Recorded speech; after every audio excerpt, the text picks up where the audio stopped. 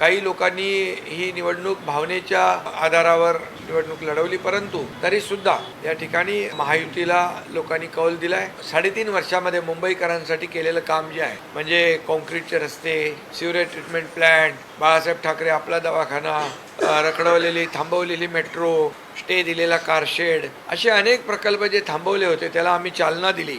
आणि 25 वर्ष ज्या लोकांनी मुंबई महापालिकेमध्ये सत्ता राबवली त्यांच्या विरोधामध्ये लोकांनी मतदान केलेलं आहे आणि मुंबईकरांनी विकासाला स्वीकारलं आहे आणि ज्यांनी विकासाला विरोध केला त्याला नाकारले. आणि बरेचसे मुद्दे निवडणुकीमध्ये भावनिक देखील झाले. भ्रष्टाचाराचे गेल्या काही वर्षातले तेही मुद्दे लोकांसमोर आले आणि परफॉर्मन्स बेस या ठिकाणी लोकांनी निकाल दिलेला आहे.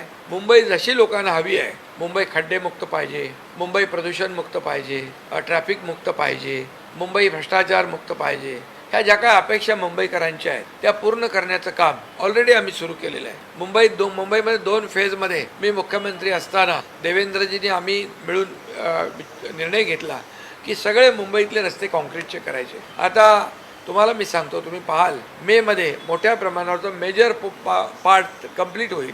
पुढच्या वर्षभरामध्ये कंप्लीट मुंबई खड्डेमुक्त होईल.